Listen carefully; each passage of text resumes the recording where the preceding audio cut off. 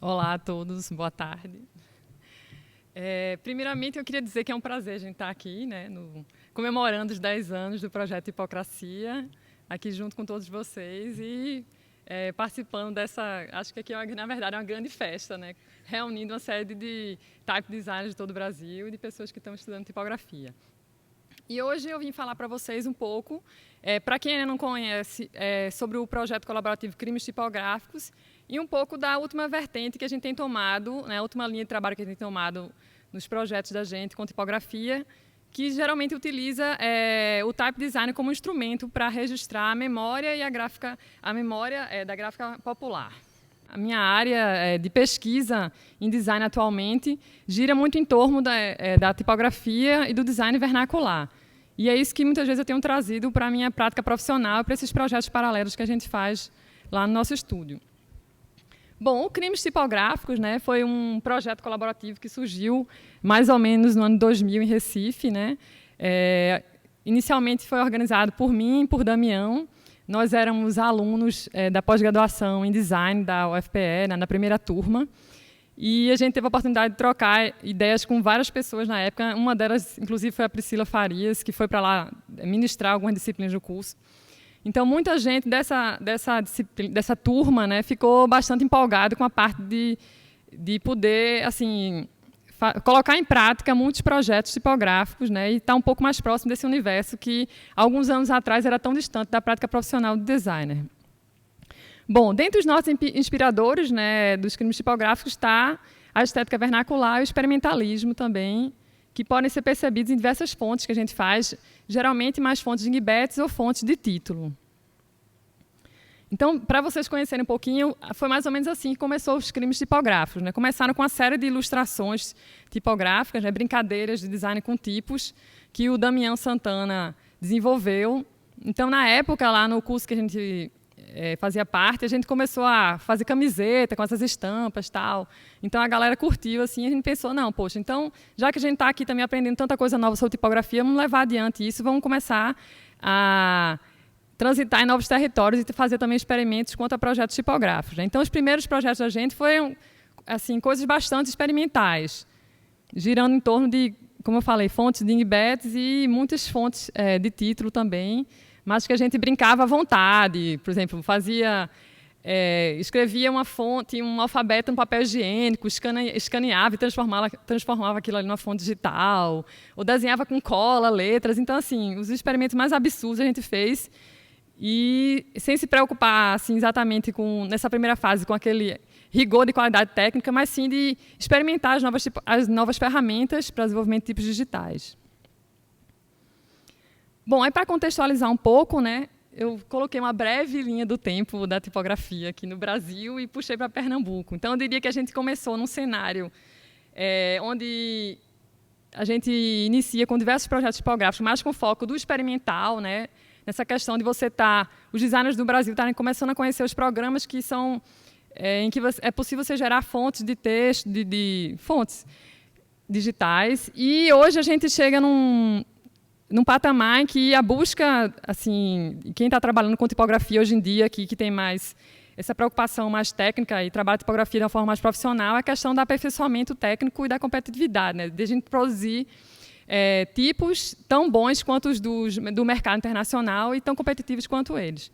Então, a gente tem aqui alguns pontos de design de tipos no Brasil, né? Então, a gente tem a primeira fonte digital, Tony DeMarco, de 89, o fanzine tipográfico Design Bolso, a revista Tupigrafia, a primeira mostra de tipografia Brasilis também é organizada pela Cecília e o Luciano, o primeiro congresso também de tipografia DNA tipográfico, a Letras Latinas, que veio para o Brasil também em 2004, né, que posteriormente se transformou na mostra, na Bienal Tipos Latinos. E é interessante observar que todos esses eventos geralmente reverberaram também em Pernambuco, né? Lá começou uma galera se instigar em fazer tipografia, né? Entre eles a gente pode destacar a Foundry Tipos do Acaso, que foi uma das primeiras, pioneiras. E depois disso surgiram uma série de outras pessoas também, o Crimes Tipográficos também, nessa vibe de experimentar e gerar novos projetos tipográficos. Bom, Agora, 2010 para cá, a gente tem observado também uma série de outros estudos em tipografia, mais voltados para a questão do resgate, né, de técnicas de impressão antigas, principalmente desenvolvido na UFPE também, que resgatam as tipografias impressas por meio de lito, os tipos de metal também, com Isabela Aragão, que está até aqui na plateia também. E, de forma geral, esse resgate da gráfica popular, que é onde a gente encontra essa produção informal de design e tipografia, que a gente traz aquilo ali também para dentro da academia, estuda aquilo ali e transforma em novos produtos. Bom, então a gente diria que nesse panorama todo, né, que passou de uma fase mais experimental para hoje em dia a busca desse aperfeiçoamento técnico, dessa qualidade na produção tipográfica brasileira, eu diria que hoje a gente tem espaço para todos, né? Eu acho que uma pergunta que a gente pode se fazer é qual seria a sua praia tipográfica, de todo mundo que está aqui na plateia, que veio aqui para esse evento, ouvir um pouquinho de cada experiência de quem está aqui palestrando, né? Então, a gente vê que tem gente, bastante pessoas trabalhando com a parte de ensino e pesquisa em design, né? Tanto é que a produção bibliográfica relacionada à tipografia no Brasil surgiram diversos números, diversos exemplares de livros e revistas que abordam essa temática. A parte também de design de tipos, também vários type designers brasileiros se destacando no mercado nacional e internacional. A questão também do resgate histórico, né, de técnicas de impressão analógicas que deixaram de estar em voga e agora estão voltando mais com essa questão do experimental e do resgatar essas técnicas antigas e trazer de volta aquilo ali para o digital. E outros experimentos, por exemplo, em torno da caligrafia, que trata a parte da tipografia, tanto nesse lado mais de experimentalismo artístico, eu diria, mas também como uma outra ferramenta que pode colaborar nos futuros projetos também relacionados à tipografia digital. E aqui está basicamente o que eu hoje em dia estudo, né, que de certa forma também tornou-se um dos objetos de estudo do projeto Crimes Tipográficos como um todo, né, seria a parte de design e tipografia vernacular. Então, eu já tenho um trabalho há algum tempo, né, desde a minha graduação, observando artefatos de design vernacular e, mais recentemente, no mestrado e doutorado, comecei a me especializar mais na parte de tipografia vernacular. Bom, nessa temática de tipografia vernacular, o Crimes Tipográficos teve a oportunidade de fazer diversas atuações em diversas áreas lá em Recife, né? Por exemplo, a gente conseguiu organizar exposições com a temática de tipografia vernacular. Foi publicado um livro também que foi fruto do meu mestrado. A gente conseguiu reunir também a produção de vários type designers brasileiros que tinham essa pegada também com essa temática vernacular, montamos exposição e também tentamos valorizar o trabalho desse grupo, né, que tem essa linha de trabalho baseada na estética popular e vernacular. Bom, e entre alguns dos projetos da gente que são mais conhecidos no Brasil, digamos assim, tem a fonte de Zabumba, que eu desenvolvi por volta de 2001, 2002, que foi um dingbat também feito, inspirado na linguagem gráfica do cordel e do cordel, não diria mais da xilo, né, da técnica de xilogravura, e também na linguagem de outro artista gráfico lá de Pernambuco, chamado Petrônio Cunha. Então, esses dingbats eles foram desenvolvidos, né, a partir de recortes de papel, justamente quando eu tentei simular essa questão de você estar esculpindo, ao invés de um entalhe de madeira, você está esculpindo uma folha de papel e, de repente, trazer à tona alguns daqueles elementos gráficos que também estão presentes na xilo. E o Zabumba foi legal, que ele participou de alguns salões de Pernambuco Design e também da Mostra Letras Latinas de 2006. E aqui tem outra fonte da gente também, é um Real, que, na verdade, essa fonte não ganhou nenhum prêmio especificamente, mas é interessante porque ela foi meio que reconhecida pelo seu uso extensivo, né? Uma fonte que a gente distribui ela por download gratuito no site dos Crimes Tipográficos. Ela foi desenvolvida com base nos letreiramentos de seu Everaldo, né, que é um senhorzinho que tem uma banca de serviços de chaveiro lá em Recife, e ele faz esses letreiramentos para estampá-la e chamar a atenção do cliente dele. Então, partindo desses letreiros, a gente criou essa fonte Real. E o engraçado é que depois que a gente começou a colocar para download free, a gente conseguiu, teve a surpresa de encontrar os mais diversos projetos na televisão, embalagem, peças gráficas diversas que utilizam a fonte Real, né? Então, meio que a gente perdeu o controle sobre ela, né? O que acontece é pessoas, às vezes, mandando e-mails para a gente, dizendo, eu vi um Real em tal lugar, tal. Então, é interessante essa outra forma de reconhecimento.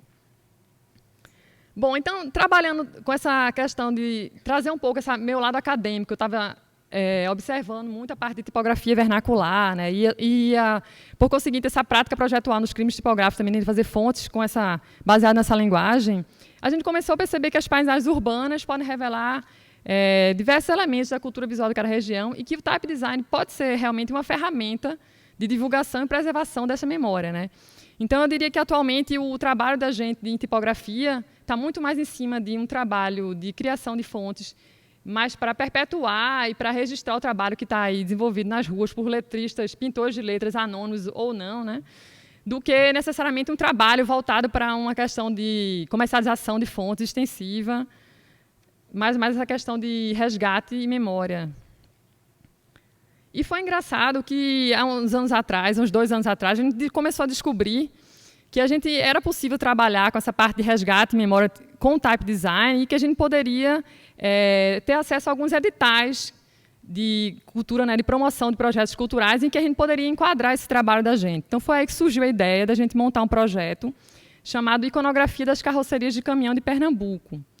Esse projeto ele foi contemplado pelo Funcultura, que é um fundo de incentivo local lá do governo do estado de Pernambuco, e a gente conseguiu, a partir desse projeto, né, desenvolver essa pesquisa em cima desses ornamentos, dessa iconografia que está estampada nas carrocerias de caminhões lá do nosso estado, e depois transformar isso num produto que seria uma fonte de dingbat.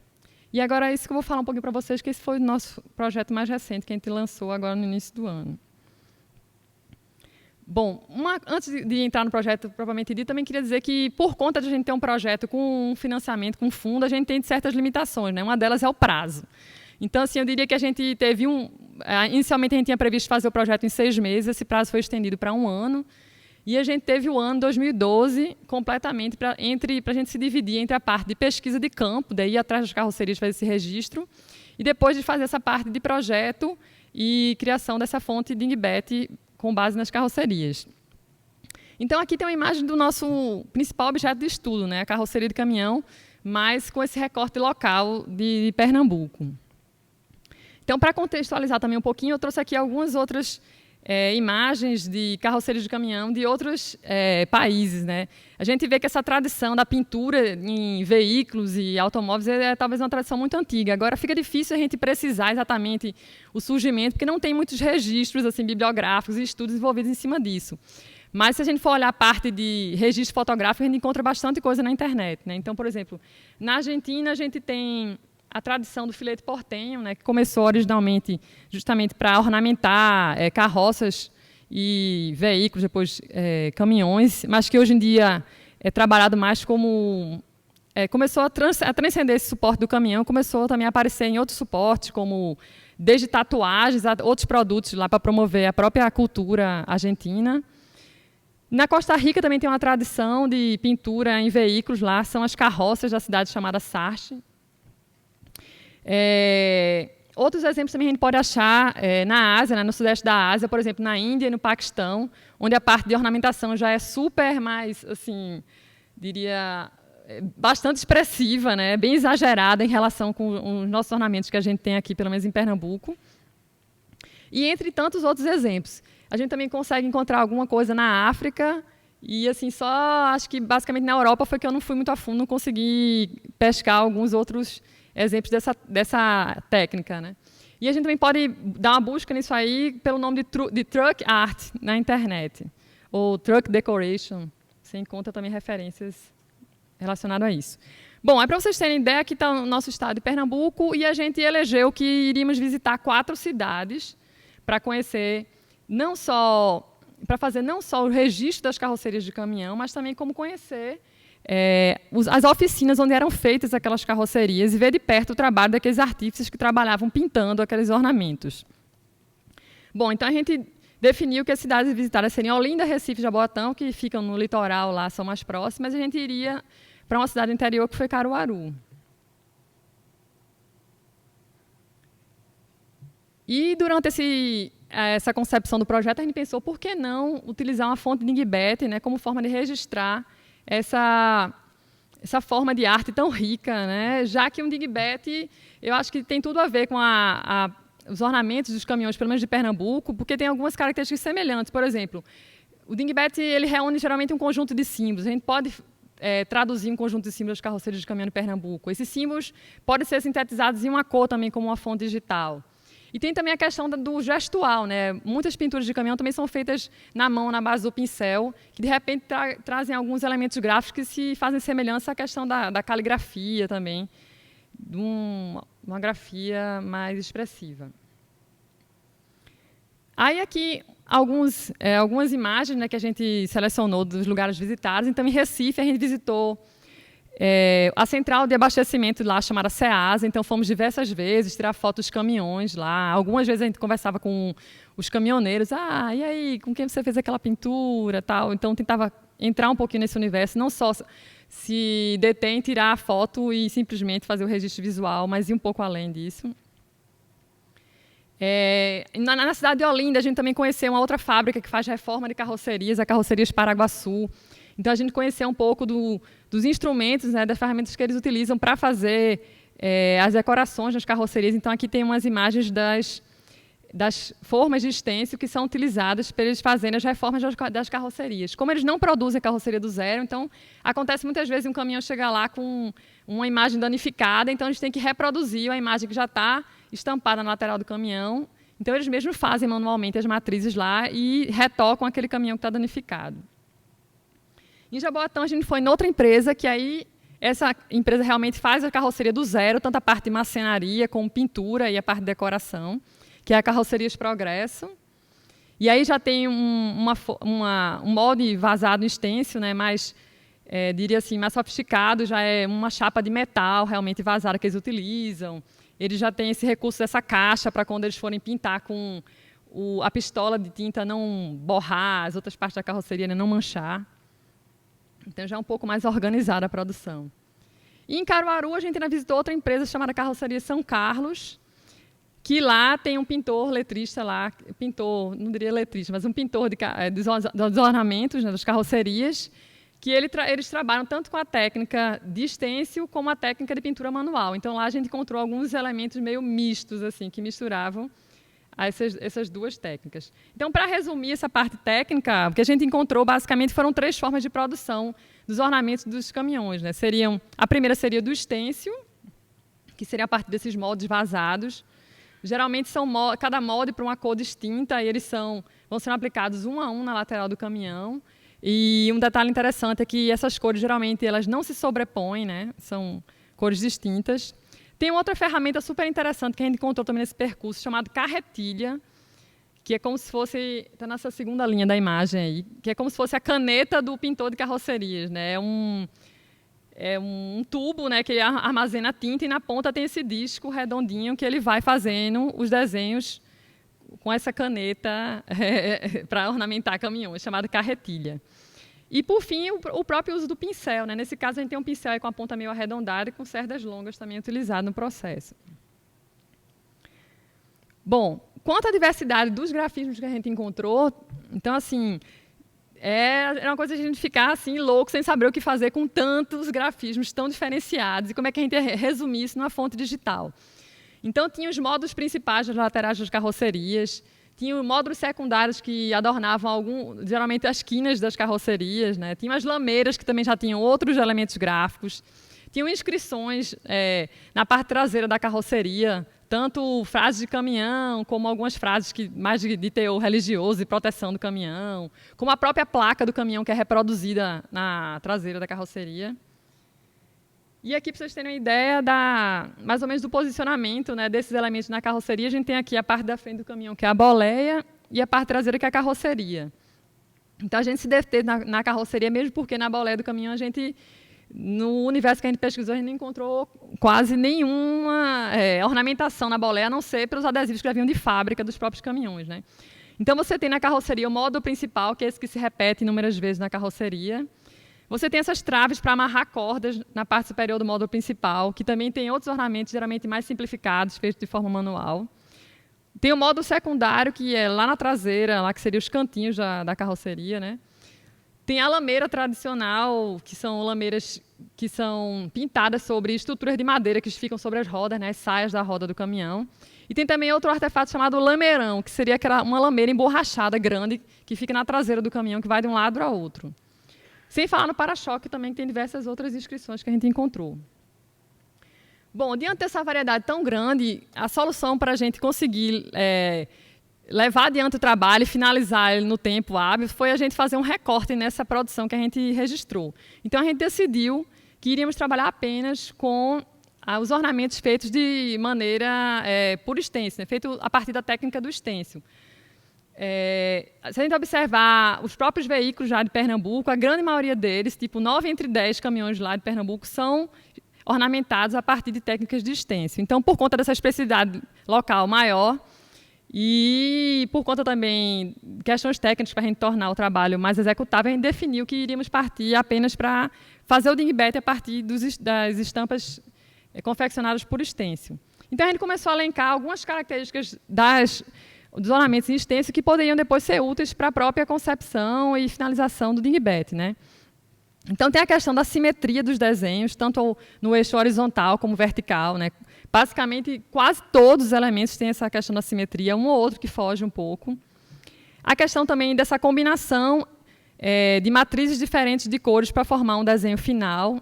Então, você tem aí, por exemplo, simulando nessa ilustração aí a matriz de 3 cores, né? O preto, o azul e o vermelho, que juntos, combinados, quando impressos um após o outro, formam essa estampa final aqui do lado. E outra questão interessante também foi a questão da cópia. Então, assim, no ramo de pintura de carroceria, é comum as empresas copiarem os motivos entre si.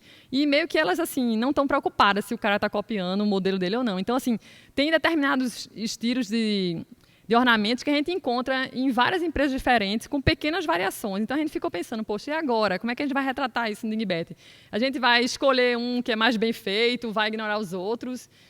E, no final das contas, isso foi mais ou menos isso que aconteceu, né? A gente tentou contemplar as imagens mais pela sua diversidade do que tentar retratar ao pé da letra tudo que a gente encontrou.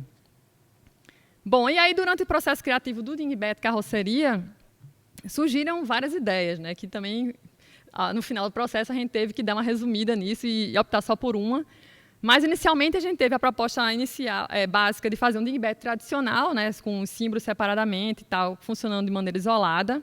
Outra coisa que a gente pensou foi trabalhar com um dingbat que tivesse possibilidades combinatórias de forma linear, porque, se vocês observarem, a matriz de stencil ela tem alguns cortezinhos, alguns intervalos, justamente para não ficar com peças soltas na hora de você fazer a matriz. Então, a gente pensou que a gente poderia usar esses intervalos, essas seções, para, quem sabe, não combinar diversas estampas diferentes entre si. Mas a gente viu que em alguns caracteres a gente dava para fazer isso, outros não. E, no final das contas, talvez a gente estaria mexendo um pouco na fidedignidade dos desenhos originais, né?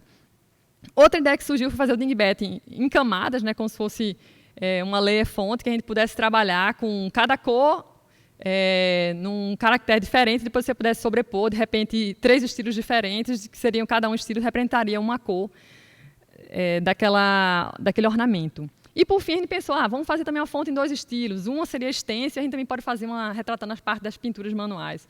Ou seja, ideias mil surgiram, mas por conta de questões de limitações do projeto, né, como o cronograma que a gente tinha que, de fato, entregar isso, com, no máximo, 1 ano. Foi, inclusive, prorrogado diversas vezes o trabalho. E a questão também do caráter iconográfico, outra coisa que ficou assim, meio que incomodando a gente. A gente pensou, já que isso aqui é um projeto cultural, que tem a finalidade de memória e preservação de uma coisa que já está aí nas ruas, foi feita por artífices, né? Até que ponto a gente deve interferir nos desenhos desses elementos ou não? Então, assim, eu diria que, no final das contas, a gente teve um mínimo de interferência, a gente buscou só fazer os desenhos de forma mais limpa e precisa, talvez limpando um pouco as falhas da própria impressão por aerógrafo, pela própria pintura manual, né, mais imprecisa. E, no final das contas, a gente terminou produzindo um dingbat mais simples, né, e deixou, não, essas outras ideias vamos deixar para, quem sabe, planos futuros. E aí está o resultado do nosso dingbat carroceria, né? A parte das maiúsculas, a gente optou por selecionar apenas aqueles ornamentos, né, que estavam nos modos principais da carroceria, nos modos laterais principais, e alguns complementares nas amarra-cordas, A gente incluiu mais um caractere com o nome Jesus, que foi meio que assim a gracinha da fonte, porque, na verdade, isso é feito mais de forma por pintura manual, mas como uma coisa bastante comum e corriqueira nos veículos. Já a gente, não, vamos, pelo menos essa seria a nossa liberdade que a gente tem durante esse projeto tipográfico. A parte das minúsculas a gente preencheu com os módulos secundários, né, das carrocerias, que ora são elementos distintos, ora são secções dos módulos principais. E, por fim, os números a gente resolveu preencher com as lameiras de caminhão. As lameiras a gente tinha diversos estilos, mesmo porque tem lameiras que são feitas com a técnica não stencil, mas bastante semelhante a stencil, que seria por meio de fitas adesivas, fita crepe. O cara pega lá a lameira de madeira limpa, então ele começa a colocar a fita crepe e depois disso ele vai pintando, ele faz máscaras com as fitas para poder produzir as lameiras. E já tem outras lameiras totalmente autorais de outros pintores que trabalham com isso, né? Então a gente resolveu optar, já que a gente encontrou a maior quantidade dessas lameiras mais geométricas e simples, feitas por meio dessa técnica de mascaramento também. E aqui está o resultado final do set completo dos caracteres. Deixa eu só voltar aqui.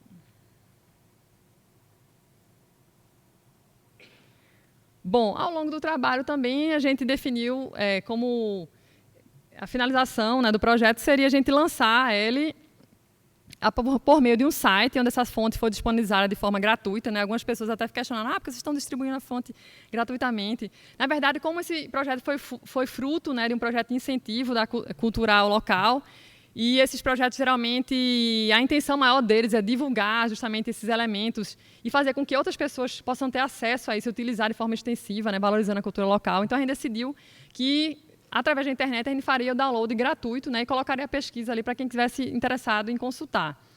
Mas, além disso, a gente fez um kit também meio que de lançamento, né, com um CDzinho de divulgação da fonte, cartaz e um press kit.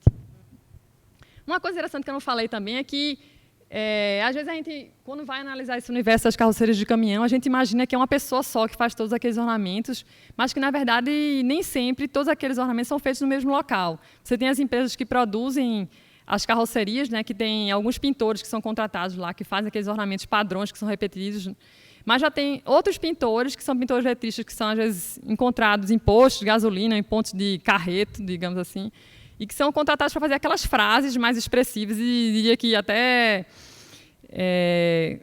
sugeridas pelos próprios donos dos caminhões, né, para deixar seu caminhão mais personalizado. Então, tem esses dois personagens no meio dessa história também aí. Bom, e agora, né? Então, no final desse projeto, né, que até agora tem tido uma receptividade bem bacana, e a gente também gostou de fazer isso, porque, assim, por conta da gente conseguir colocar esse projeto nessa lei de incentivo, a gente teve uma maior tranquilidade para trabalhar com esse projeto de Dingbat. E, no final das contas, a gente encerrou o projeto com aquele gostinho de quero mais, né? Então, assim, os possíveis desdobramentos seriam de você realmente ir atrás agora dos ornamentos mais raros, que são os feitos de pintura manual lá em Recife, né? Talvez desenvolver uma fonte com a sobreposição de camadas, estilos em camadas. E também outra ideia que surgiu foi organizar um livro com esse acervo catalogado. Bom, no final desse processo todo, né, dessa trajetória da gente aí pesquisando as carrocerias, eu acho que a gente pode fazer menção à frase que a Luiz Magalhães fala ao comentar um pouco sobre a inventividade do povo brasileiro, que ele diz que o artesão brasileiro é basicamente um designer em potencial. E eu acho que a gente pode complementar, né, dizer que a gente que é designer, que passou por uma instituição de design formal, está aqui no mercado profissional, a gente também pode aprender muito com esses designers que estão aí, com esses artífices, esses artesãos que estão com essa produção informal, design vernacular, seja por meio do aprendizado de tradições, de técnicas, de materiais distintos que eles utilizam, né? E eu acho que a gente também pode dar muito de volta para essas pessoas, né? Na forma de registro, de memória desse trabalho e até a revalorização de ofícios que estão sendo esquecidos. Bom, e para quem quer investir nessa área, nessa outra vertente tipográfica, eu diria que o ideal seria você realmente cair em campo, né, e abrir os olhos e começar a observar ao seu redor e perceber tudo isso, todo esse design informal, imaginal que está aí nos circundando, que a gente pode utilizar também. E o type designer também pode se aproximar desse universo. É isso.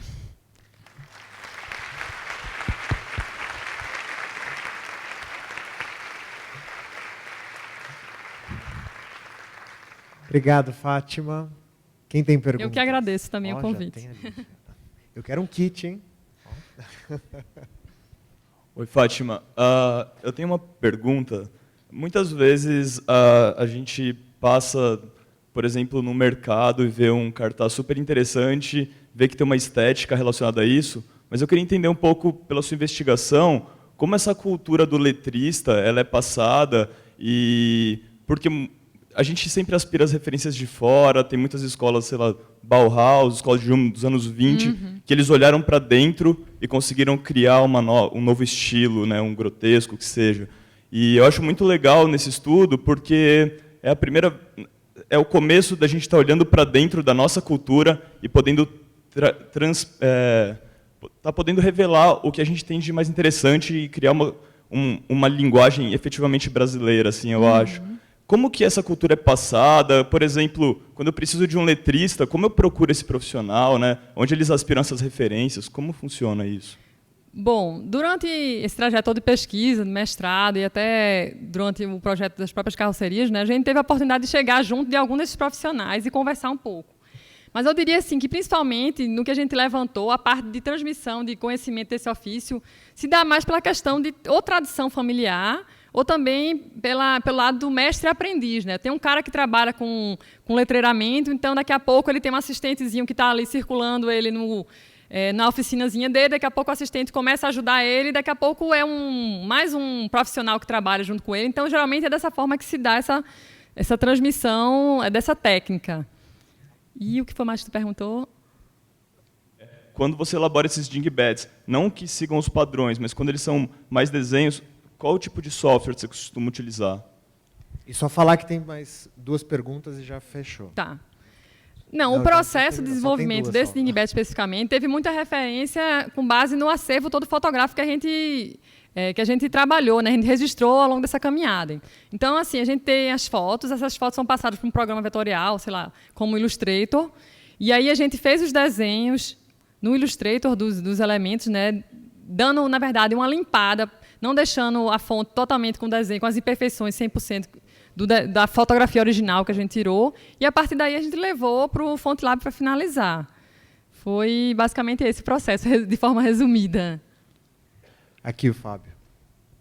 Fafá, em primeiro lugar, eu sou seu fã. Você é uma designer que bate o corner e cabeceia e faz o gol. Então você pesquisa e você produz, eu acho isso de uma riqueza muito grande. Tá.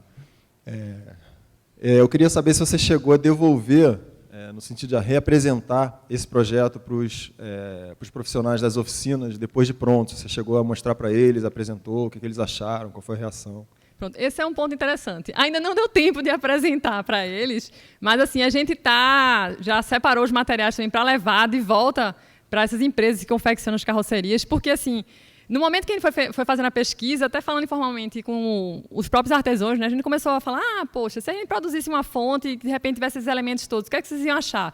Vocês iam ficar ofendidos que a gente ia divulgar, iam gerar promiscuidade maior ainda entre esses desenhos ou não? Cara, não, eu acho ótimo isso, traga de volta para cá, porque a gente tem, às vezes, dificuldade até de ter esse desenho matriz para gerar esses moldes que a gente faz aqui as carrocerias. Então, assim, meio que o pintor achou uma ideia assim, genial, assim, estava querendo que a gente realmente fosse lá para ele conhecer o projeto e ficar com aquele CD lá, que ele ia ter uma gama de ornamentos maiores para trabalhar no caminhão, né? E até um ponto que a gente fica meio assim, receoso, será que eu posso fazer isso ou não, né? Ou será que eu vou estar interferindo naquilo? Acho que qualquer trabalho de intervenção junto à parte de cultura, design popular tem que ver esses limites, né? Mas assim, está previsto a gente voltar e conversar com eles. Provavelmente quando eu tiver um pouco mais tempo, voltar do TPC 10. E aqui a última pergunta da Fernanda. Oi, Fafá. Olá.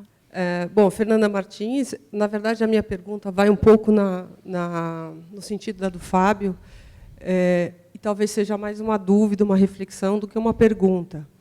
Se você já imaginou, além de ir lá devolver esse CD, como é que nós podemos dar uma devolução no sentido de melhoria, não só no sentido da devolução do trabalho, olha, está aqui o que nós fizemos, mas porque a gente, eticamente, nós vamos no popular, bebemos dessa fonte e nada acontece na vida deles, nada melhora, nada muda. Então, para todos, mas, na verdade, dirigindo a você, se você chegou a imaginar uma maneira de como a gente poderia ser útil ao contrário para eles, para essa fonte que a gente vai beber, essa brasilidade que a gente vai beber. Eu acho que essa é uma questão que todo mundo que trabalha com essa parte de registro de memória, nessa produção informal, é uma questão que sempre vem à tona, né? De você, como é que a gente pode melhorar a vida daqueles caras que estão ali na rua fazendo aqueles projetos, né, informais, que a gente vai ali, pega aquela fonte e depois transforma num produto para os designers formais, mas que nem sempre chega até eles o retorno. Fernanda, eu diria que é um questionamento que eu tenho comigo mesma, mas que eu também não sei de que forma resolveria. Eu já pensei assim, por exemplo, quando eu fiz a análise dos letristas populares, eu peguei uma série de contatos dos letristas. Então, uma das ideias que surgiu, eu pensei, seria, de repente, montar um site que pudesse ter o contato dos letristas, pelo menos seria uma fonte de divulgar o trabalho deles, e quem tivesse interessado em fazer um trabalho, ir lá, ir atrás. Mas, assim, também eu não posso me tornar, digamos assim, uma ONG como se fosse um guarda-chuva para todas aquelas pessoas, né? Esse eu acho que é o ponto que a gente fica meio sem saber como é que a gente deve trilhar nesse caminho, nessa forma dessa colaboração, de fato, para esse universo. Mas eu acho que é um ponto que a gente deve discutir e achar a solução da melhor forma para a gente também retornar todo aquele trabalho que a gente percebeu, né, dessa estética popular e voltar para eles também com alguma contribuição, de fato, para o dia a dia dessas pessoas que estão ali. Fafá, mais uma vez, muito obrigado.